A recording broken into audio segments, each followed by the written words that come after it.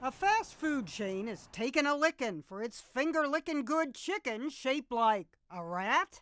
The average American reportedly eats at KFC around 25 times a year. That's like inviting Colonel Sanders over for dinner twice a month. White suit, bolo tie, and all, carrying his mystery recipe. But before that craving for crispy golden chicken takes over, there's something you should probably hear. Remember when your health teacher said, "You are what you eat"?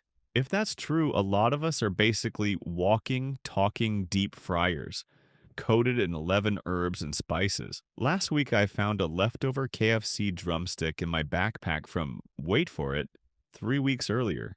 The unsettling part? It looked the same as the day I bought it. No mold, no strange odor. My homemade chicken leftovers start building their own tiny ecosystem after just 2 days.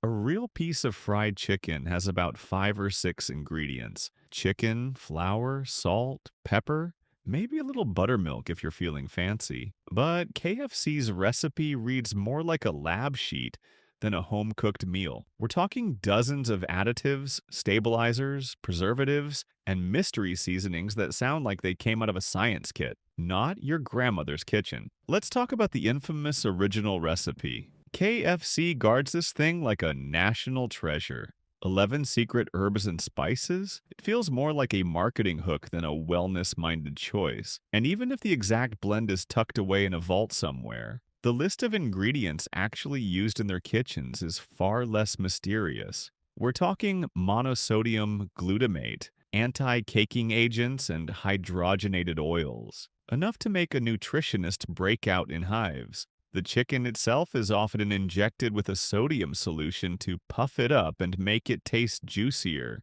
Basically, the food industry's way of saying, "We added salty water and hope you won't notice." A former KFC employee told me the meat sometimes arrives pre-breaded and frozen in giant bags, shipped from processing plants hundreds of miles away. The real formula is less about whispered secret spices and more about maximizing shelf life while keeping costs down. But what really sticks out is how the chicken manages to stay so consistent. Every KFC, every region, the same texture, the same salty snap, the same golden crunch. It's like they cloned the chicken. A friend of mine who worked in food manufacturing said the target is uniformity, not quality. That means every bite is engineered to feel identical, right down to the structure of the breading. Real food doesn't behave like that. If you fried 10 different pieces of chicken at home, no two would be the same. One would be a little crispier, one a little juicier, one slightly uneven. But KFC, it's like someone photoshopped a drumstick and then printed it by the thousands on a factory line. And let's not even get started on the sides. Mashed potatoes that barely contain actual potatoes. Gravy is born from a powder mix. Biscuits that taste like they were developed in a chemistry lab instead of a bakery. I once watched a KFC worker make mashed potatoes by pouring boiling water into a tub of beige flakes. The texture looked like drywall paste and smelled like cardboard dipped in fake butter. Real mashed potatoes mean peeling, boiling, mashing, and seasoning. At KFC, they come in a bucket and start as powder.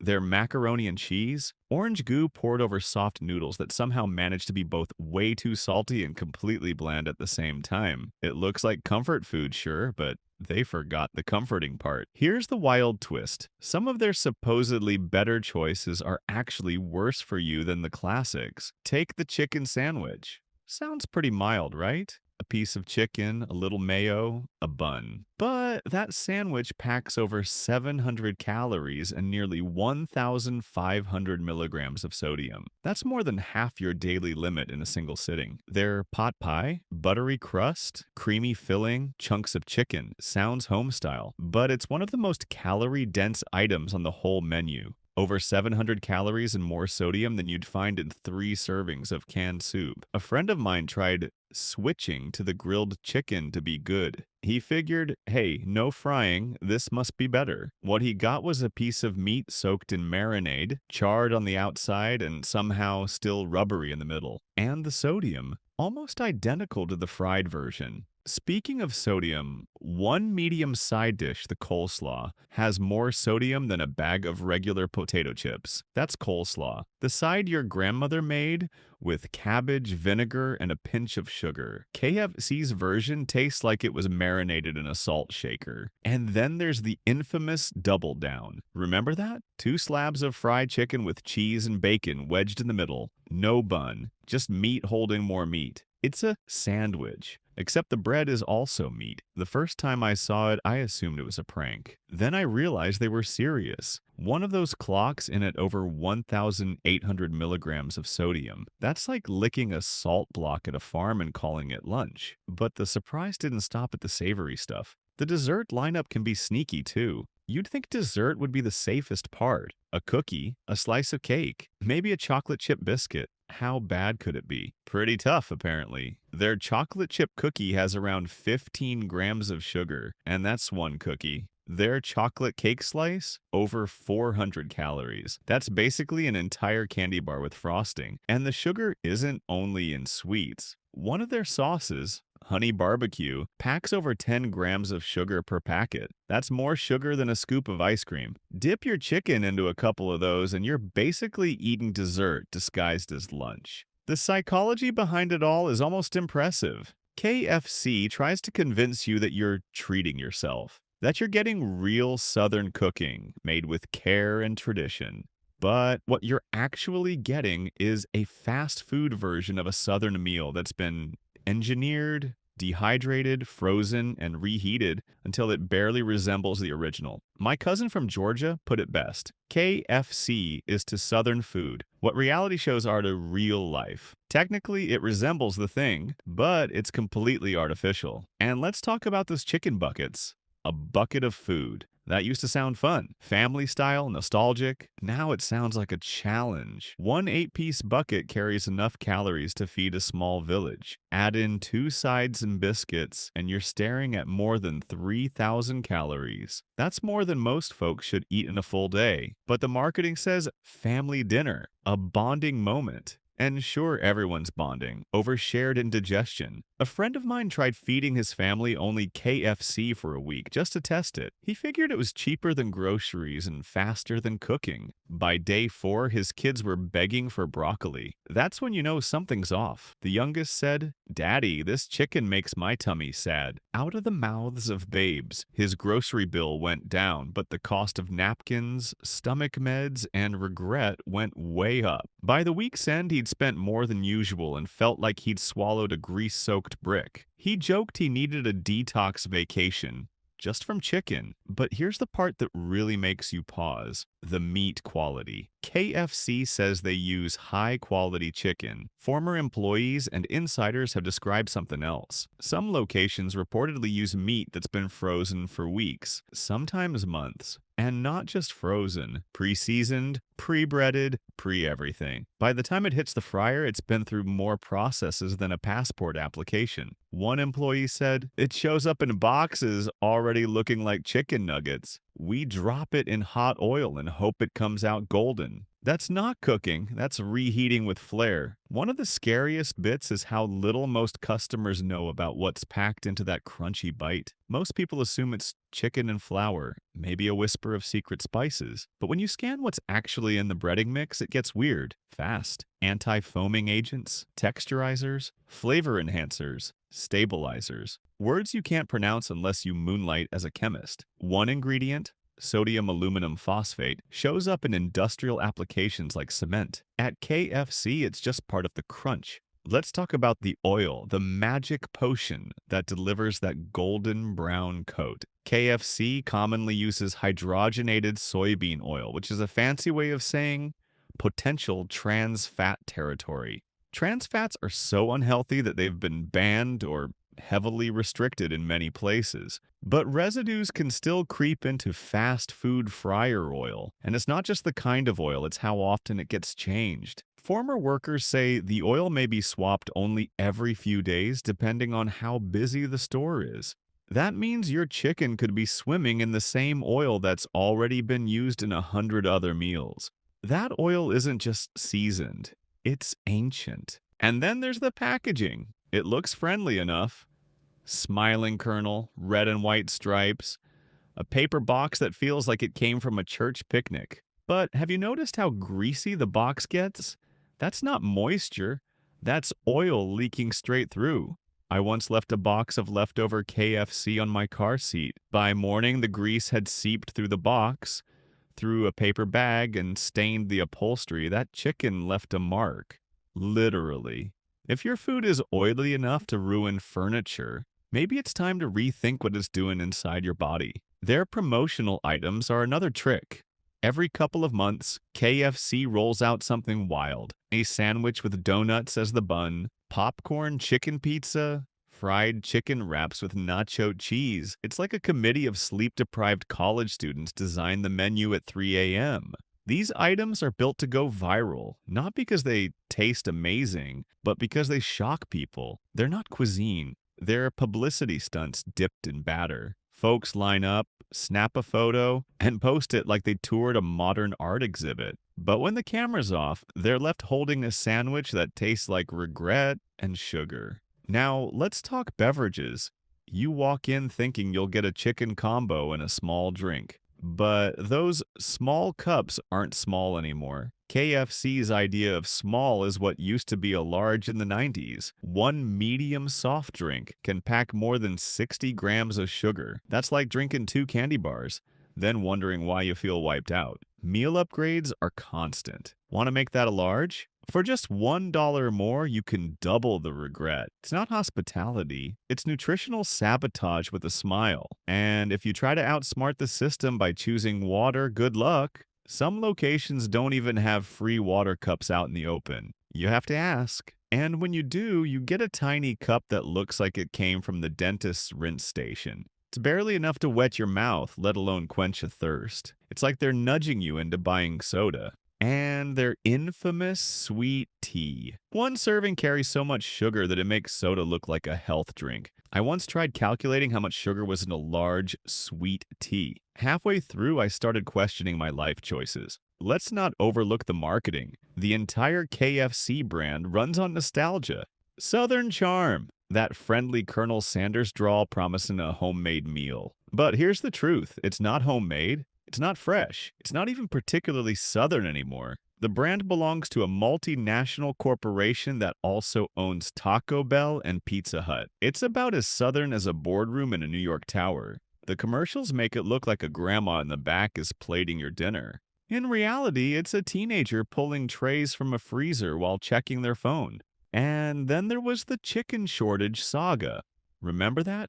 A few years back, some locations literally ran out of chicken. That's like a gas station running out of gas. How does that even happen? Turns out when your supply chain stretches across continents and relies on just-in-time shipments, one hiccup can shut the whole thing down. People showed up for fried chicken and left with disappointment, and maybe a biscuit if they were lucky. It got so bad that one store hired a DJ to distract customers from an empty kitchen. I wish I were kidding. The strangest part might be how normal all of this feels now. We joke about it. We expect the food to be greasy. We expect to feel sluggish afterward. We expect it to be unhealthy, but we eat it anyway because it's easy and seems cheap. Except it isn't truly cheap. Not when you count the long-term tab.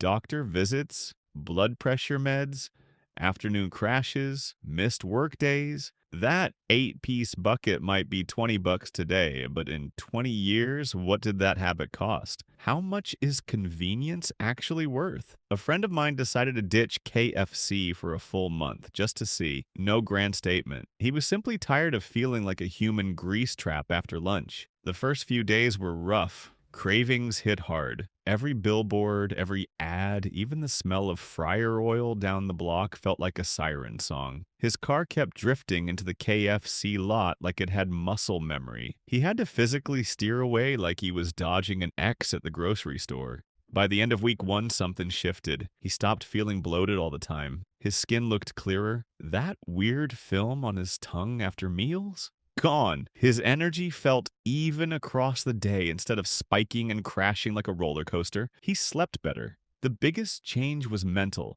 He realized how automatic his eating had become. He wasn't hungry, he was bored, or stressed, or simply driving past KFC thinking, why not? That why not had been costing him about $150 a month and making him feel worse bite by bite. The physical numbers told the same story. His blood pressure dropped 10 points. His doctor literally high-fived him. He lost 8 pounds without extra exercise or tracking anything, just by cutting out one fast food chain. No calorie counting, no fitness app. One decision, no more fried chicken from a bucket. When the month ended, he figured he'd go back just once, for old time's sake. He walked in, stood in line, and breathed in that familiar fried aroma. And something odd happened. It didn't smell like food. It smelled like chemicals and burned oil and regret. He turned around and walked out. He said, it felt like visiting an ex and realizing, oh, right, this is why we broke up. That's the power of taking a break. It resets your taste buds, clears the fog. Let's see what you're actually eating, not what the commercials want you to believe. And to be fair, those commercials are excellent. Slow motion shots of golden chicken, steam curling off biscuits, coleslaw glistening in the sun. But the truth isn't in the ad. It's in how you feel after. The sluggishness, the heartburn, that sinking feeling like maybe that bucket wasn't such a great idea. We're not saying you should never eat KFC again. This isn't about shame. It's about awareness, about understanding what you're putting in your body, about recognizing that the smiling kernel doesn't guarantee the food on your plate is fresh, clean, or made with care. It guarantees someone figured out how to sell comfort food in a box with a logo. One nutritionist I spoke with nailed it. Fast food doesn't just feed your hunger. It feeds your habits. It rewards your brain with salt, fat, and sugar in the exact ratios that keep you coming back. That's not cooking. That's engineering. They're not trying to nourish you. They're trying to hook you. Every crunch, every bite, every perfectly golden drumstick is designed to make your brain light up like a pinball machine.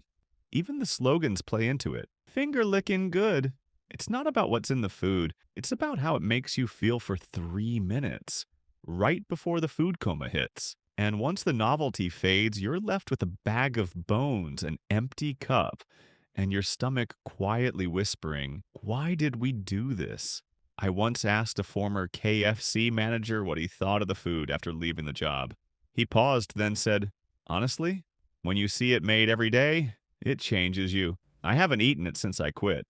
And I used to love it. That should tell you plenty. But let's be real. KFC isn't the only culprit.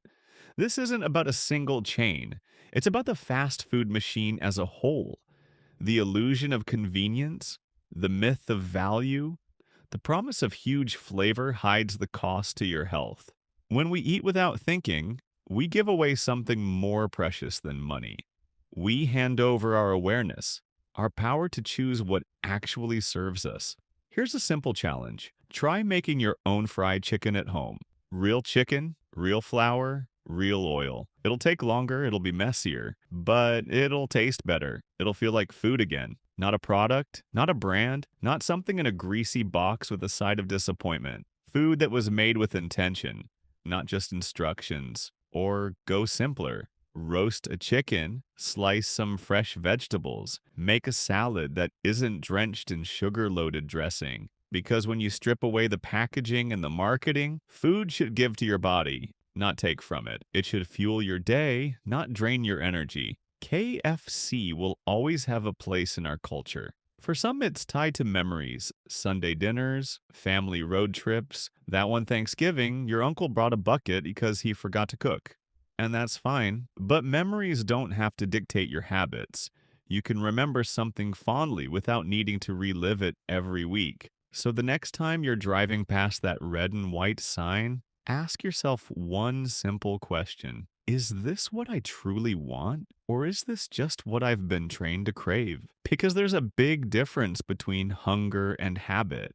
One feeds your body, the other feeds a billion-dollar industry that counts on you not asking questions. If you've made it this far, congratulations.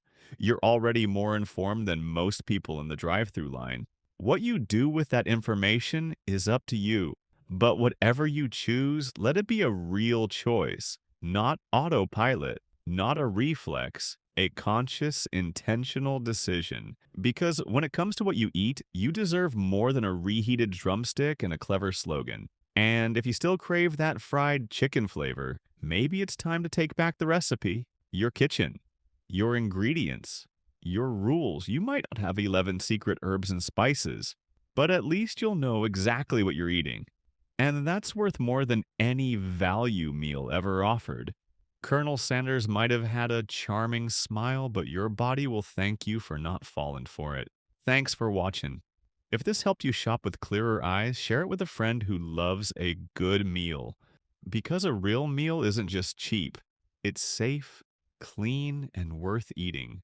Stay sharp out there and remember to shop smarter, not harder.